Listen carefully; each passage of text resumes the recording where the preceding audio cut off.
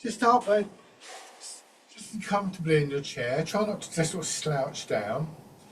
You want to find a way of sitting upright but without straining, and this is very characteristic of the postures that we use in Tai Chi and Qigong. But it takes a little while to sort of find them, even if you've got some previous experience of this. So don't strain or struggle to get into a particular posture. Maybe take a couple of slow, gentle breaths if it helps to focus on your breathing. And in the first instance, just use this awareness of your posture, your breathing, whatever else, to sort of gather your attention in and to bring that awareness of your body to the front of your attention, to foreground that attention.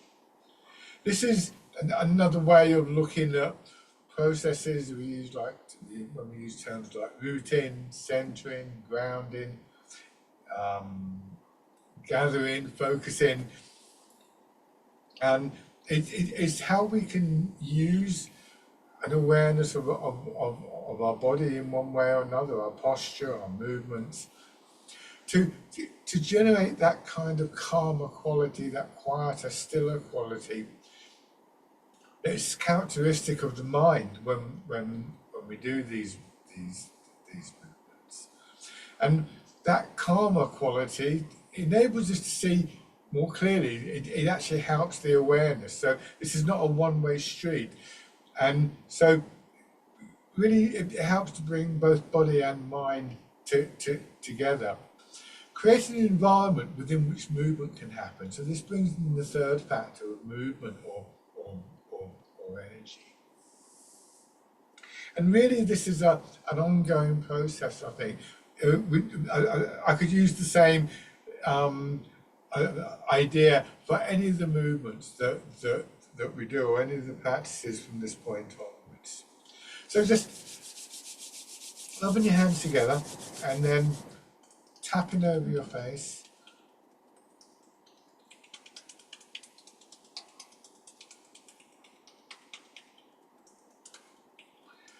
Over your head and neck.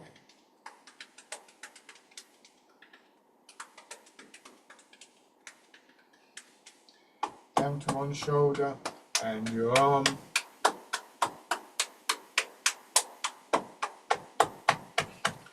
And the other side. Noticing the sensation, the vibrations in your muscles and fingers and so on.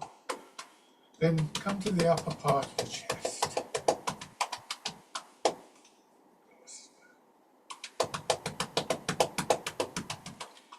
And then your belly and your legs.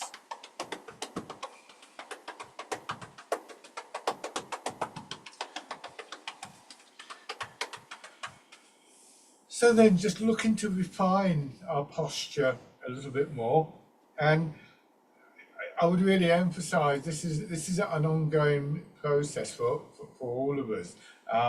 It's a change in how we normally would sit or stand or move, and so it's going to require conditioning. So don't force anything. Try and have an idea about where you're headed to, but don't force your body into it, because you'll just start straining and stiffening up, which is not the idea. But if you can, sitting fairly forwards on the chair and slightly tilt forwards, so that you feel some of your weight move from predominantly in the kind of your hips and on the chair to your legs, about a third of your weight in your legs and your feet, gently pushing your feet down into the floor, and bringing your head and your weight more to the middle of the space defined by your feet and your hips. It's a square space.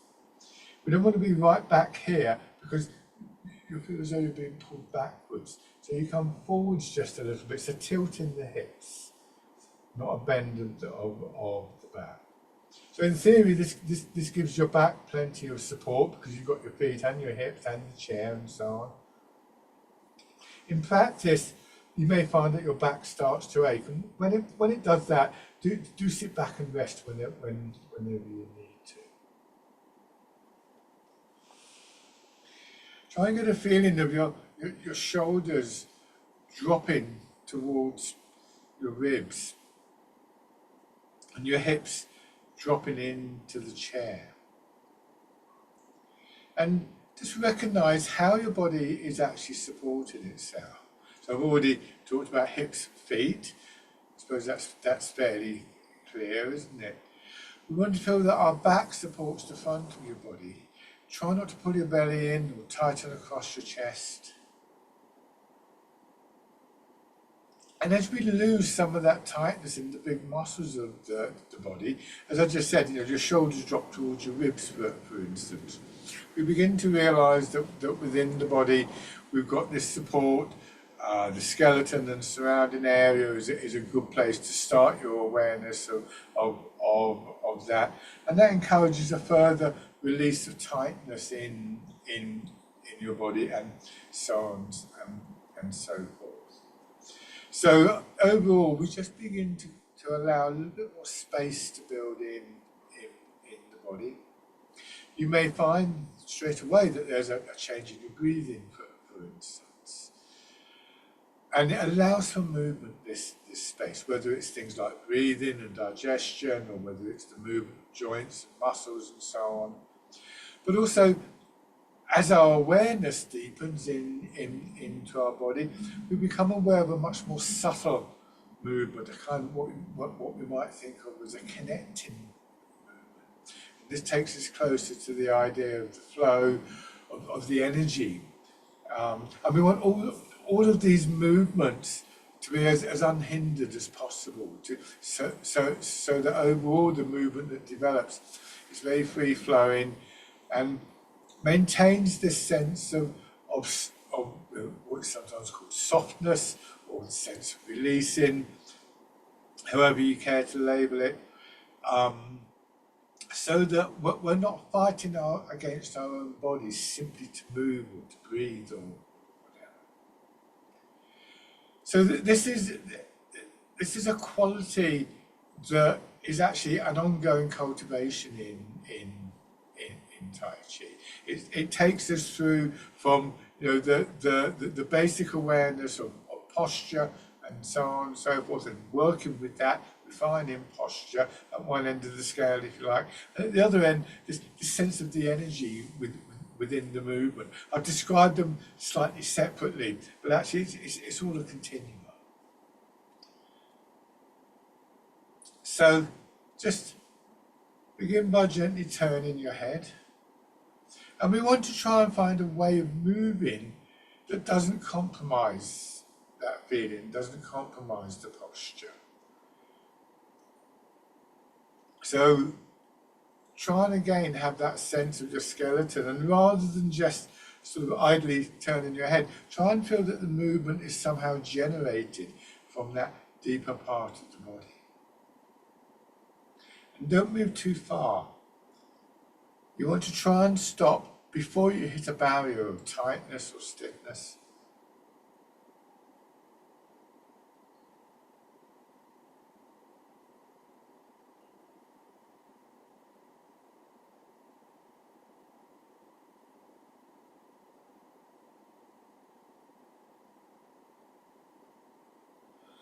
And then hands in front of your shoulders, pushing your elbows forwards and letting them swing over.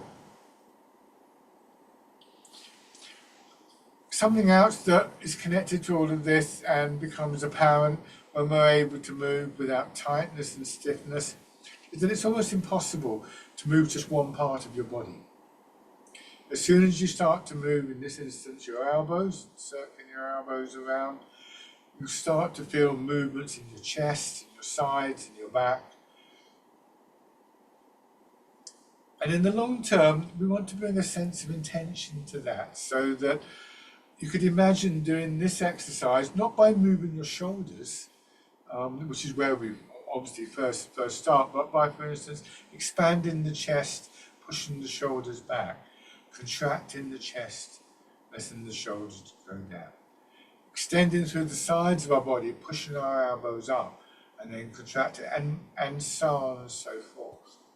Change direction.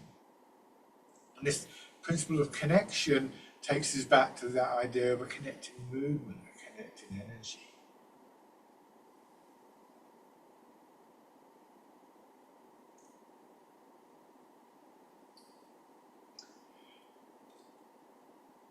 And then, as your hands drop down, same thing here, but a bit more subtle. And as we become more experienced in these arts, as we begin to know the movements better, of course, as we develop that awareness of what's happening in the body. So it's related to that kind of idea of bringing our attention of the body into the foreground and so on. So we can bring a degree of intentionality to the movement. I could, for instance, this is exaggerated from the side, if I push my chest out, I can feel this arm begins to move. I pull the chest back. I'm not suggesting you do it this much, by the way, but you can see I'm not doing anything with my arm. I have an idea, an image of the movement, but actually the energy for the movement is coming from the chest and upper back here. But I would emphasize that was really exaggerated. These are very small, subtle movements.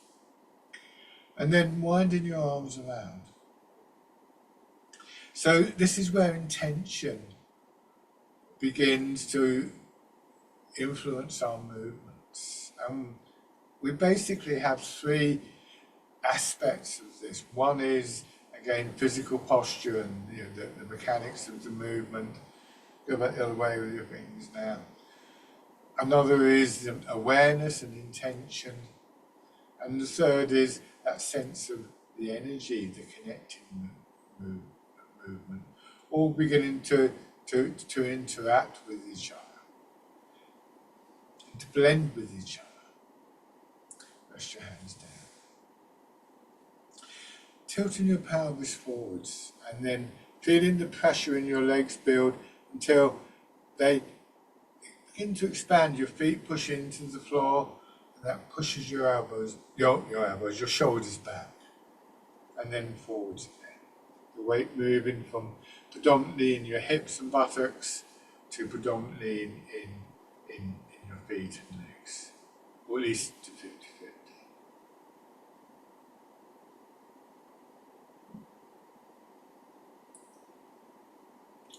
That sense of the energy has multiple sources. The food that we eat gives us energy. The oxygen we breathe in, there's more subtle aspects to that. But one of the key things in Tai Chi is what I think of as a kinetic energy that comes from movements like this. It comes from the ground, comes from the hips, comes from the movement of the weight.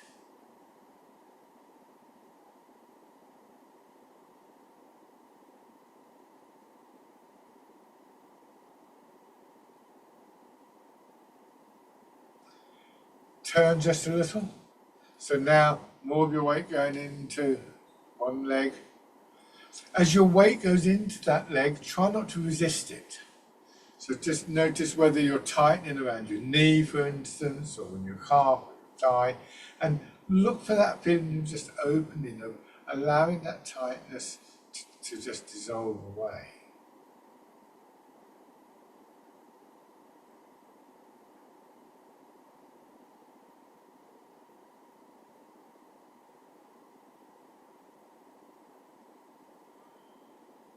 And turn towards the other leg.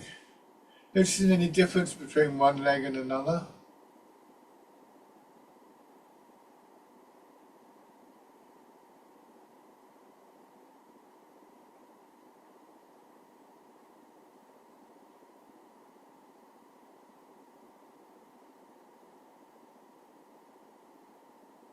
And then rolling your pelvis around, moving your weight from one foot to another, from a foot to a hip, from one hip to another, and so on. Drawing your head and shoulders around in a nice smooth circle.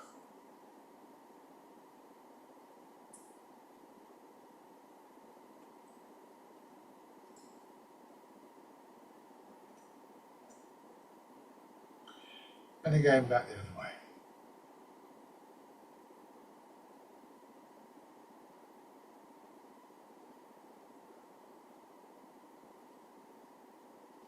coming back to that central position and raise one heel, step out, put the heel down, lower the ball of your foot, gently press the foot into the floor, planting the foot and back.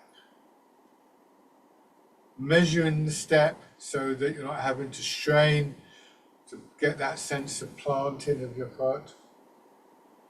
And this time, having planted, tilt forward so your weight follows on into that foot and then back. Bring the foot in.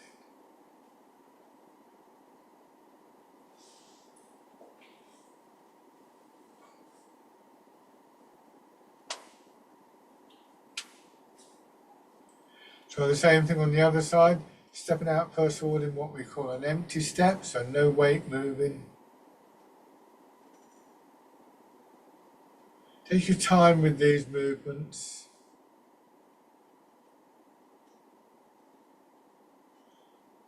Transferring your weight.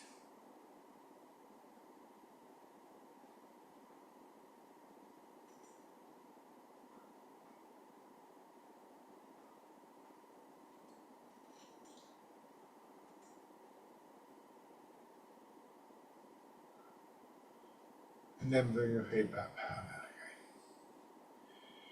So these are fundamental movements and principles, and again, sometimes it's easier to bring our attention and our intention to these small movements, and they work like the building blocks, the bricks and mortar of the bigger movements. So when we do the main set of exercises, especially if you're new to this, you'll be copying what you see, but also try and get a sense for what the feeling is within the body, so that gradually, rather than what we might think of as a movement from outside in, it comes the other way around. It goes from inside out. So letting your hands drop down, turning your hands palm forwards again, tilt forwards and rotate your arms. This is called bird folds its wings.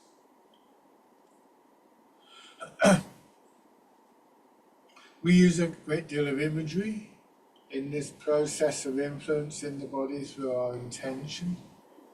We might bring the memory of having done these exercises before or something similar. We might just use an awareness of technical detail, as we could call it.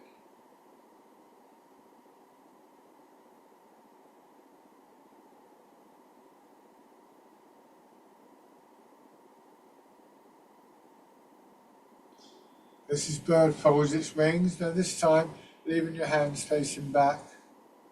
Sit back, let your arms follow, fisherman cast the net, tilting forwards.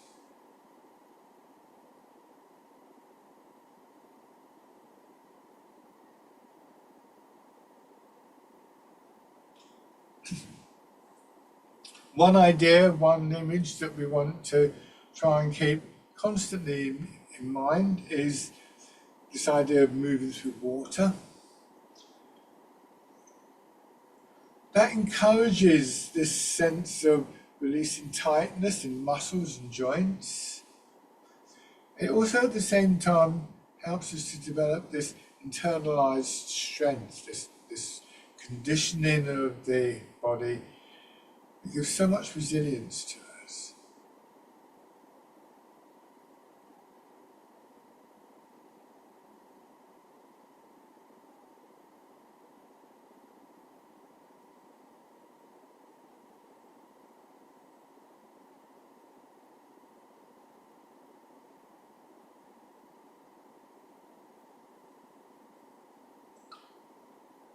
One more time. And then, as you sit back this time, using your feet to push the shoulders back and that, drawing your arms up and then down. Forwards. Rolling the ball in towards your chest. It's a pull on the arms, hips sinking back, feet pushing the shoulders back. So you come up nice and easy, pulling the arms after you. Feeling that rise in movement, that rise in energy coming up from the ground into your belly, and solar plexus and your chest.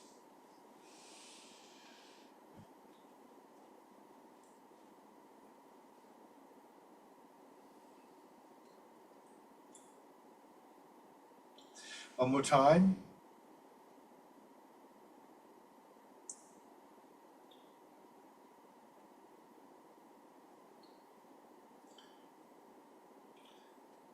And then drawing your arms apart, pigeon spreads its wings. So as we develop this skill of bringing our body into awareness and beginning to bring that quieter mind actively into the movements through intention and awareness, we realise that we can really bring a great deal of influence onto our movements.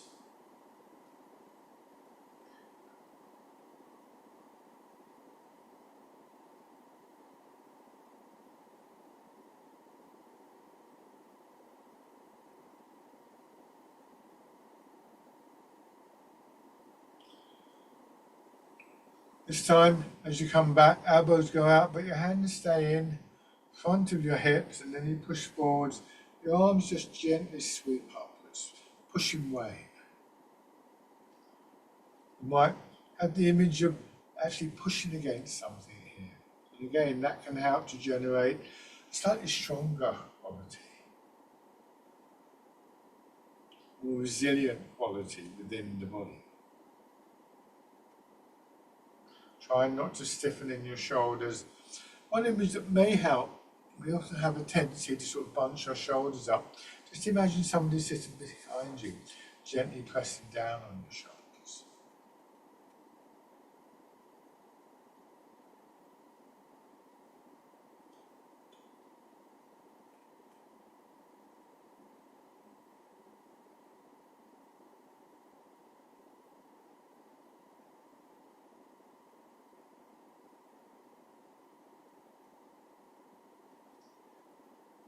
One more time.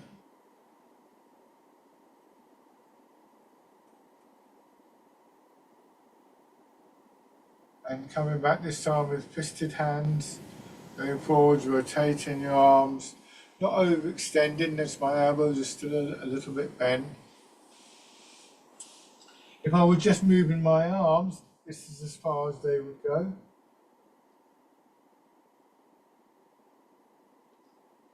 But if I combine that with my weight going forwards, I get a much greater range of movement through my upper body and my arms without actually having to strain.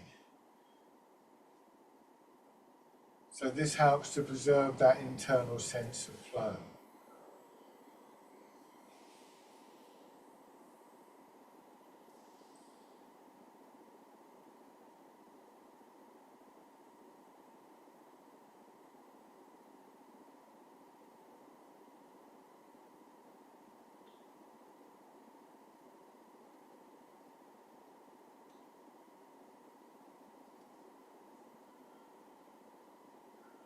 And then at the end of this movement, uncurl your fingers, turn them out and winding right out and back.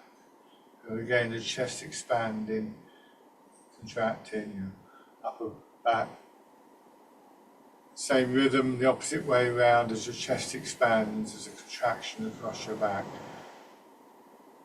Chest contracts as you go forwards, pushing the arm forwards, drawing your shoulder blades apart.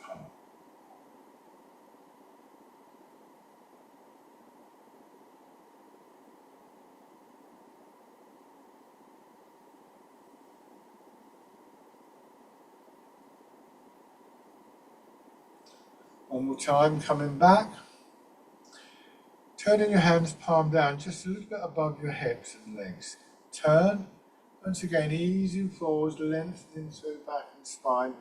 Let that be mirrored by an extension in your arms and back. Remember, we're not trying to tighten, we're not trying to stretch. However far you move, you want to feel that you could have moved a little bit further.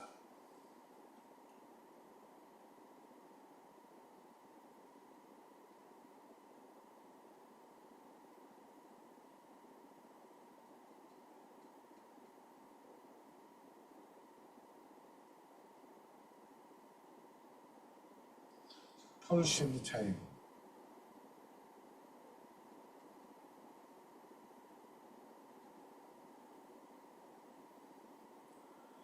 One more time.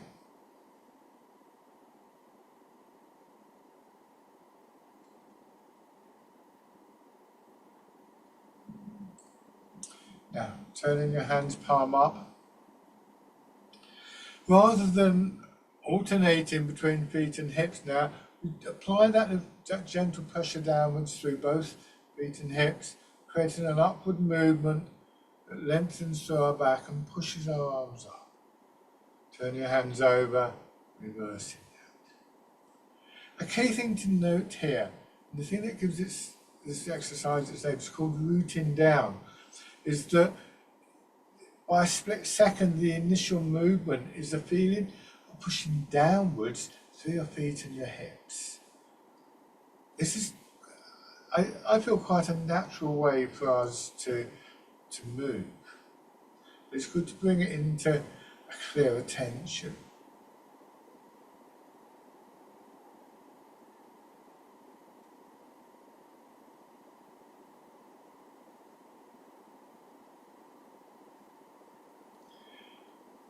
So the exercise is rooting down, labelling and emphasising that contact with the ground beneath us.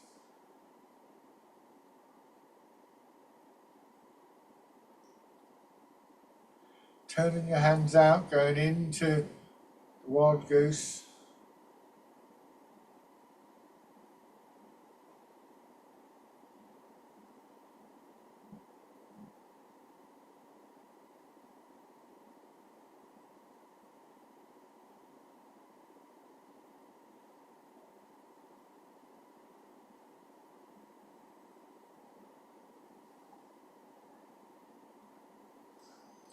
Now, tilt forwards just a little bit so your hands can swing just in front of your knees. Sit back, push up, elbows again, leading your wrists, your fingers around in a nice smooth circle. It's parting the clouds.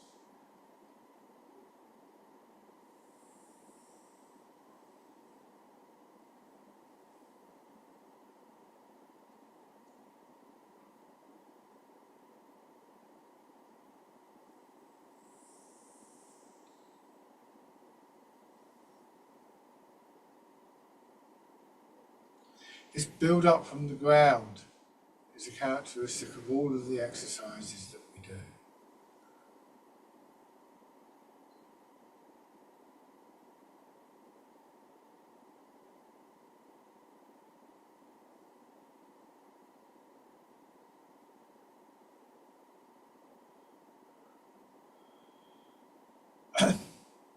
This time, as you come to the upright position, let your hands drop straight down. Feel your hips, your centre of your body sinking into the chair. And then when the push-up comes, focusing on one side, pushing your arm up. This is dragon plucks the stars from the sky. Take time and space just to let your arm come all the way down. Bring your attention again to the centre part of your body. And then push it up.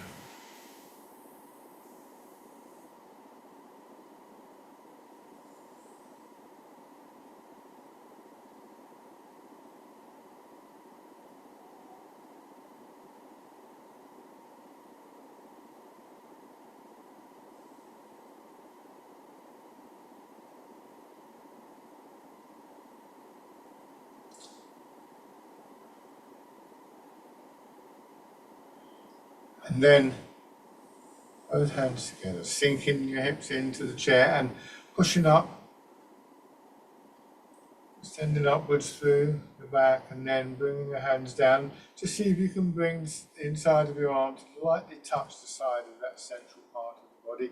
Let your hips sink in and feel the expansion, and this time directing the movement sideways.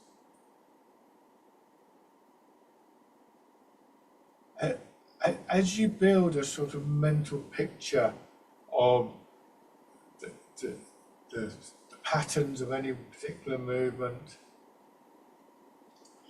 you find that the flow really builds into that movement.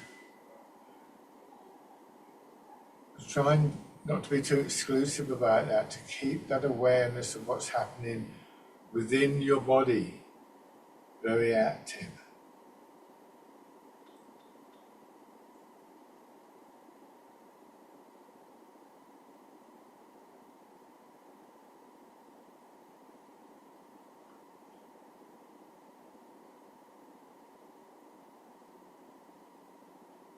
scooping the sea and looking at the sky. So rather than straining in your back or your shoulders to come up, right, imagine somebody pulling here, see with my hand, and when that happens, I would get pulled up. So we come up nice and easy, maintaining the sense of the space, the flow of movement in the upper body as we do. If you're finding that difficult, then what I would suggest is don't go so far.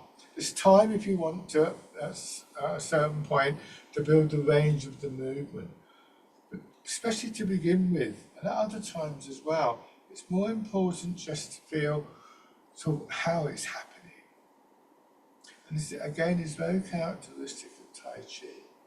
It's awareness of small, subtle changes in the body that we bring our intention to. Now, rolling your fingers into a hollow fist and ease forwards. This really aids the characteristic flow of the movement. If we haven't got to strain, we haven't got to fight our own bodies to move, then the flow will be there. Even in a relatively difficult movement like this, chest expands and contracts, bringing the arms around. Your head is sort of being pushed upwards, so that creates the upward impetus. So the arms just following all of that nice and smoothly.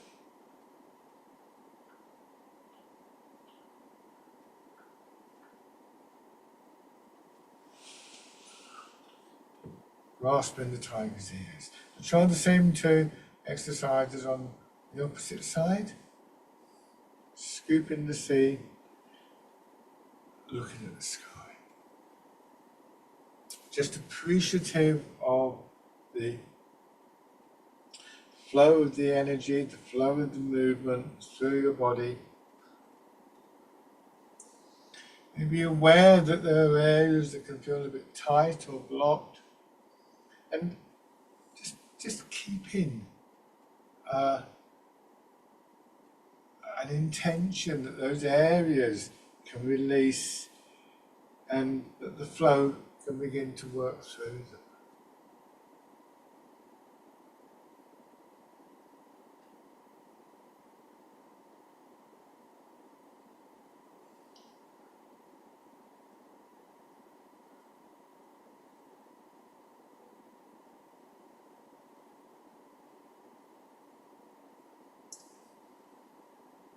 And then grasping the tiger's ears.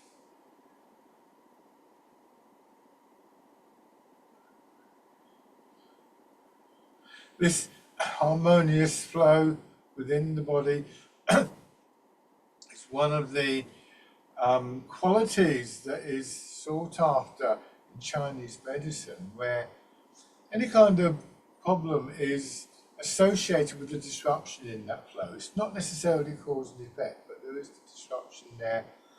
So any kind of healing involves, to one degree or another, the restoration of that flow.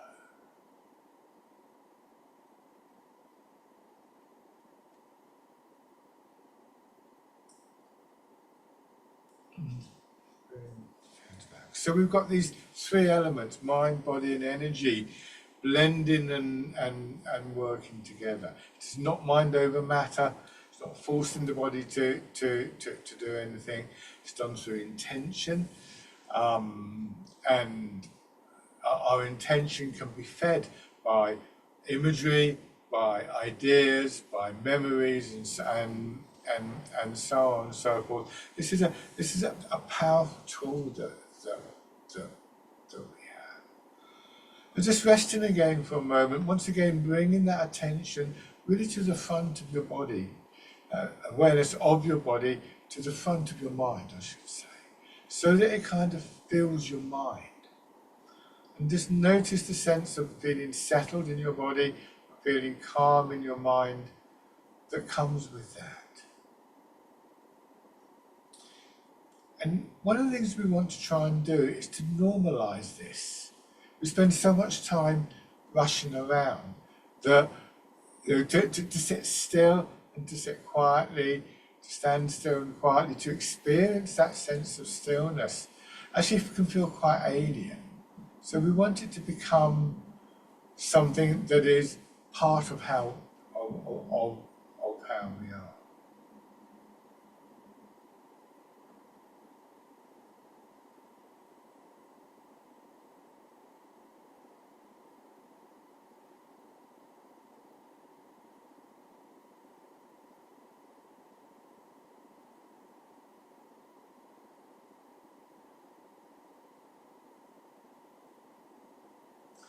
Now, go to the standing and preparing body and mind to do that. Once again, rubbing your hands together and tapping over your face.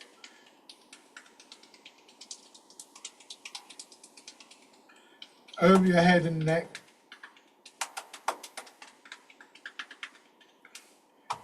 Shoulder and your arm.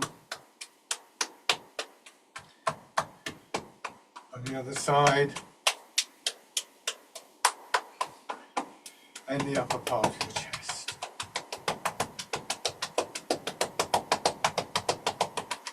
And down to your belly.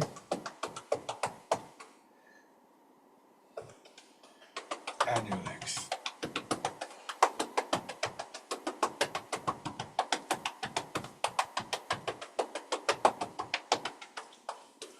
And then pushing your heels up, excuse me,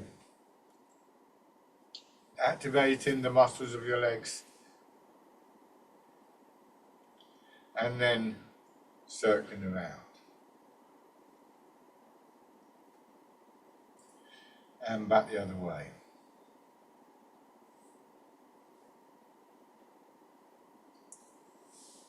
Coming to standing. And we have a sense now of what we're looking for, that feeling of calmness, of stillness. Again, there's different ways of describing it. Use whatever label is useful to you. So there's a memory that we can call on, that we can bring our intention to. On its own, that's not going to be enough. It's not going to turn us into creatures that can somehow defy the pull of gravity. So we have to consider a technical side as well. We're looking to align ourselves with the pull of gravity so that the weight of, for instance, my head is drawn down into my feet. Not if I'm standing like this, for instance, my head is quite heavy, I'm gradually being pulled forwards and eventually I get pulled over, or much more likely, I begin to stiffen up and to strain.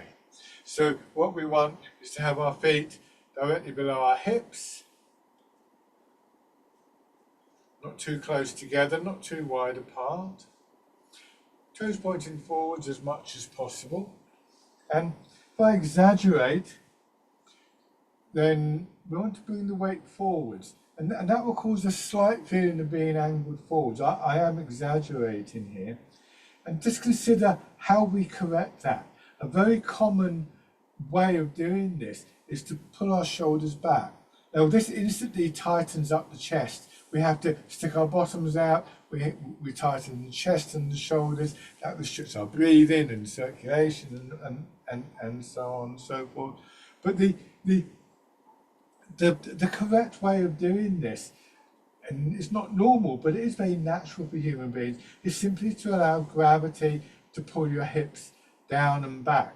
And when we do that, notice how our heads come up. From here to here, your knees will soften slightly. You'll feel this very strong in the muscles of your legs. And it's a good example of what I was talking about, how we need to give time for the body to condition. There is a conditioning process in Tai Chi. It's not always understood, but it is definitely there.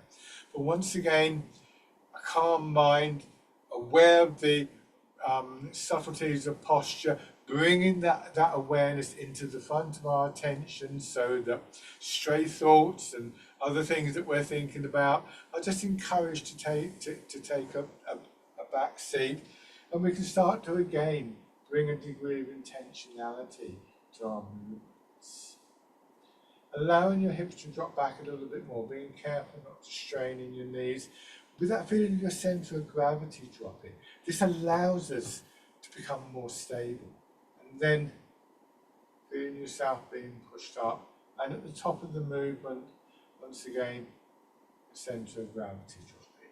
As your legs expand, feel how your feet push into the ground, how that pushes the hips up, how that pushes the shoulders up, feeling that connection, movement, flow through the body that is initiated by allowing your hips to drop. So this is a really important dynamic of cycle of energy in Tai Chi, one of the key ones that we work with.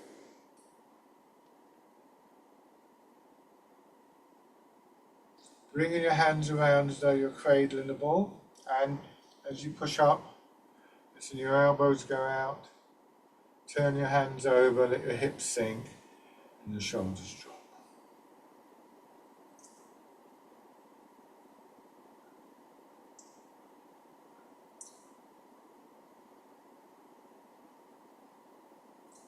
So this is the standing version of that exercise, rooting down.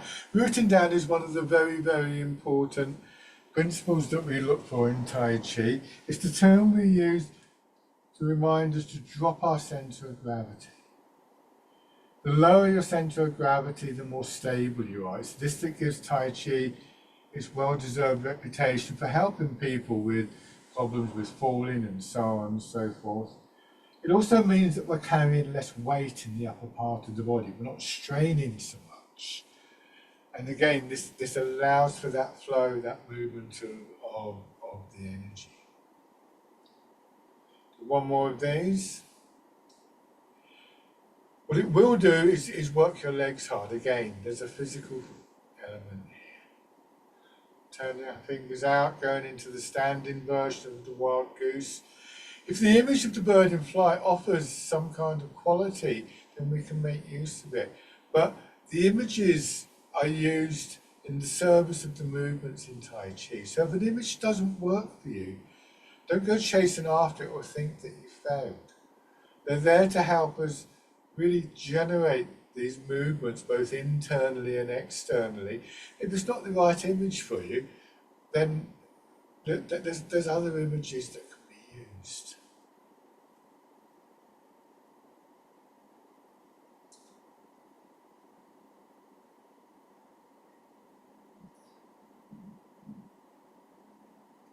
And then parting the clouds. So the images are one of the ways that we generate correct intention, but only one. They're a very attractive part of the art, and there are some delightful images that we use, but they're not the only aspect of the art.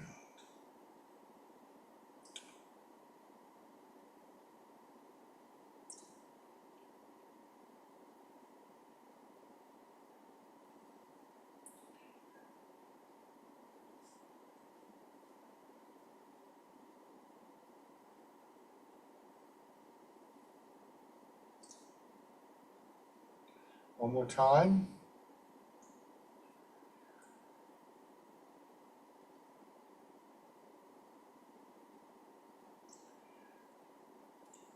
And shake out. Now, imagine parallel lines going through your feet, and you turn one foot out and you step forwards, keeping the width of your step. This is important. If your feet are too narrow, then everything we do is like trying to do it on a tightrope. It's difficult. Whereas this gives us more space. It's not a long step, but enough forward so you can distinguish between forwards and backwards. And as we did in the chair, moving the weight very much from foot to foot, giving yourself a moment each time your weight lands in the foot to just settle in. Don't be in a rush to do this. We're looking to maintain, or at least regain, because it's hard to maintain, that sense of the root and the alignment of the body that allows the root. So it's good to take a moment just to resettle yourself each time your weight moves. And also because recognizing that our minds wander. And as we let the weight settle, once again, bringing that awareness of our posture and our movement to the front of our attention.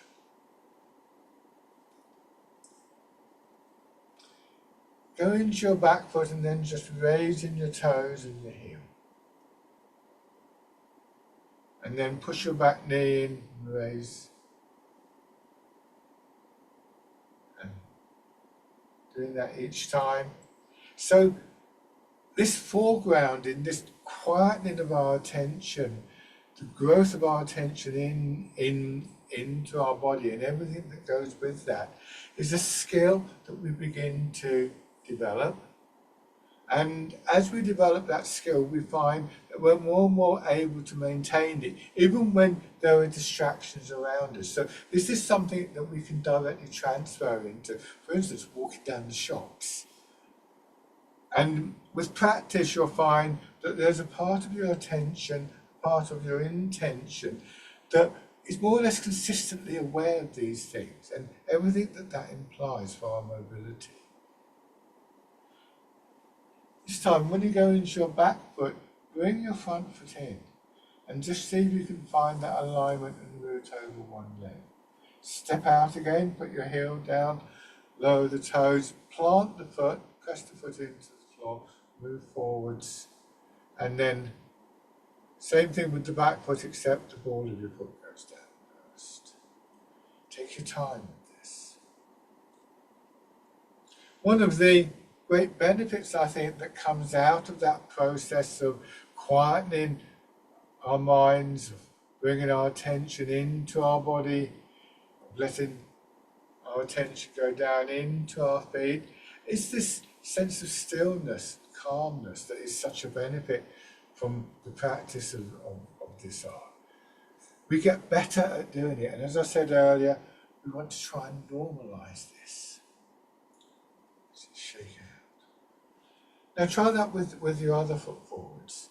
So this isn't a purely physical art.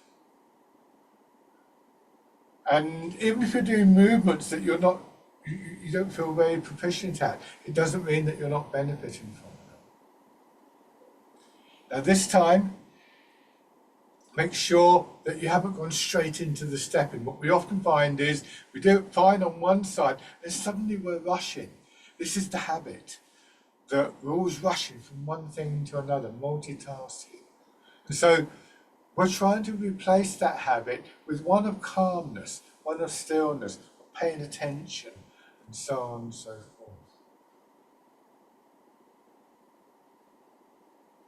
And then raising your toes, raising your heel. Giving yourself a moment just to be aware of your posture, your root, each time you do this. And then stepping in and out, planting the foot.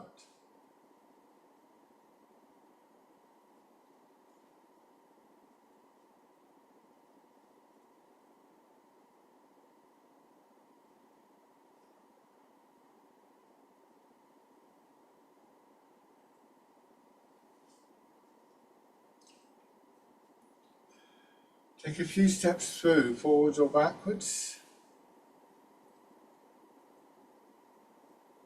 Notice that I sometimes bring my foot in. If I go to do this and I feel I haven't quite got that alignment, I give myself a chance to settle before I take the step. Other times I might find that I can step right through. Change direction. And there's all sorts of reasons for that. I might not quite sort of got it, or maybe my legs are aching a bit. But one of the reasons is that maybe I've just been distracted a little bit. The noise from outside or whatever. We do lose these things, but we can get them back. This is important to realise.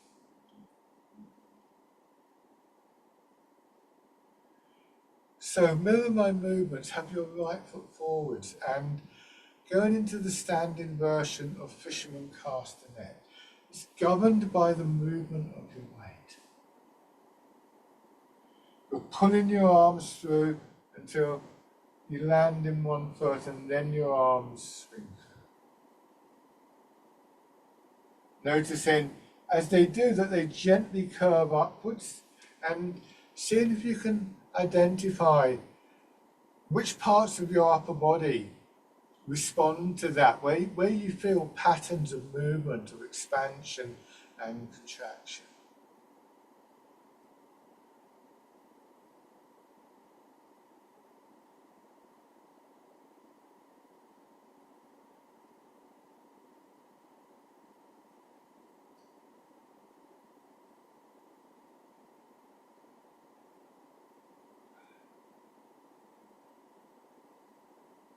And this time, as your arms start to swing up, turn to your left.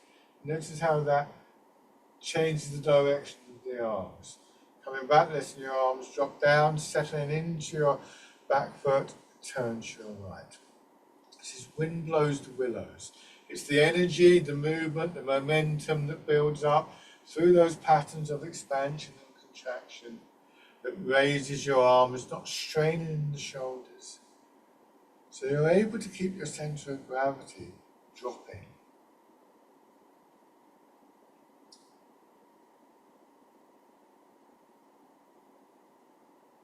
So you keep your stability this way.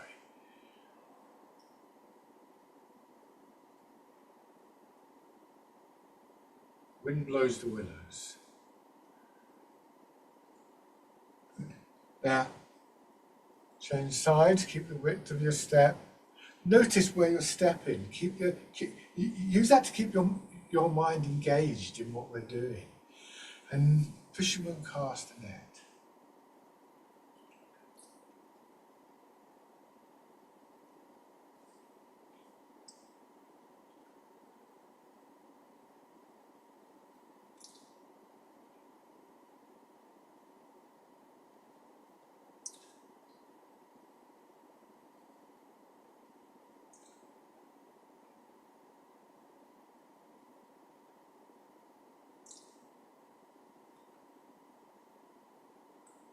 And then wind blows the willows.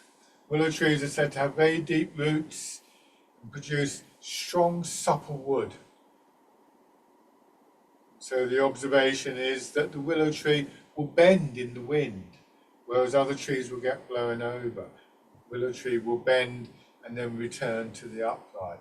So this again suggests that quality of resilience that I mentioned earlier. The resilience of the body, the resilience of the flow of the energy, perhaps even the resilience of the mind.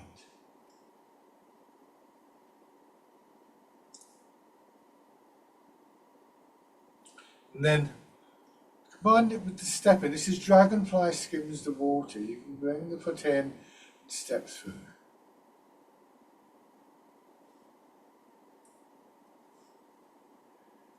What you may be able to add to this, and it's by no means necessary, only do this if you're comfortable, is that as you turn, you can bring one leg up, the empty leg, and plant it forwards. You raise your knee, rotate your hip.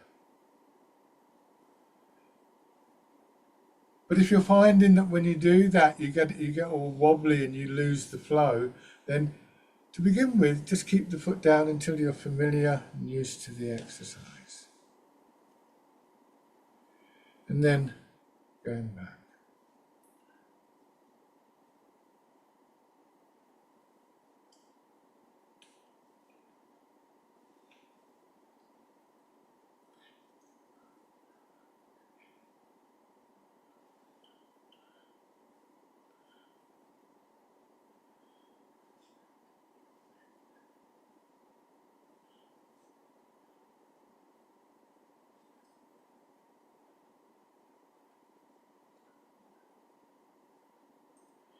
Okay, and then shake out.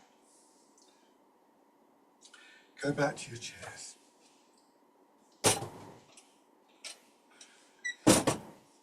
So there are many elements to this art, more than I can count. Things that affect body, mind, and energy.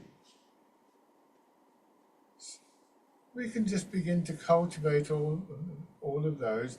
And perhaps in particular, as I mentioned a few moments ago, this idea of a return. It would be lovely to think that we never lost our stability. It would be lovely to think that we never lost our sense of centre, that we could be cool and calm and collected the whole time.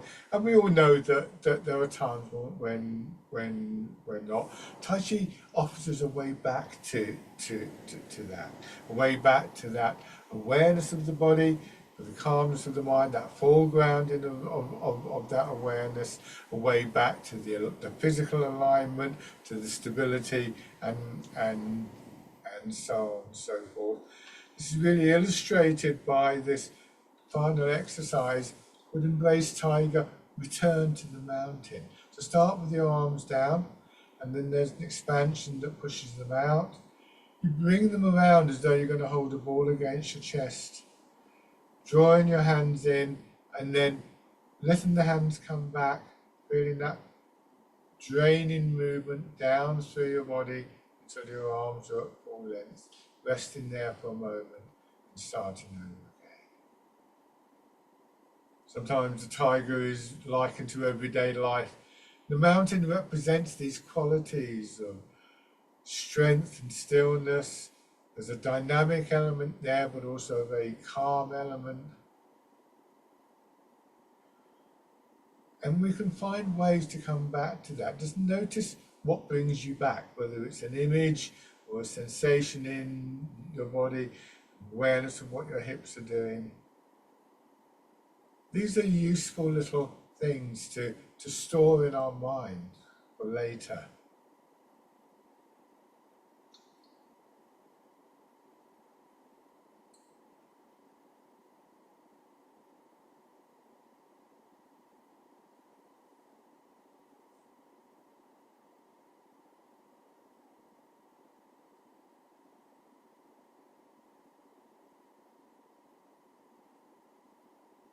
And then your hands rest.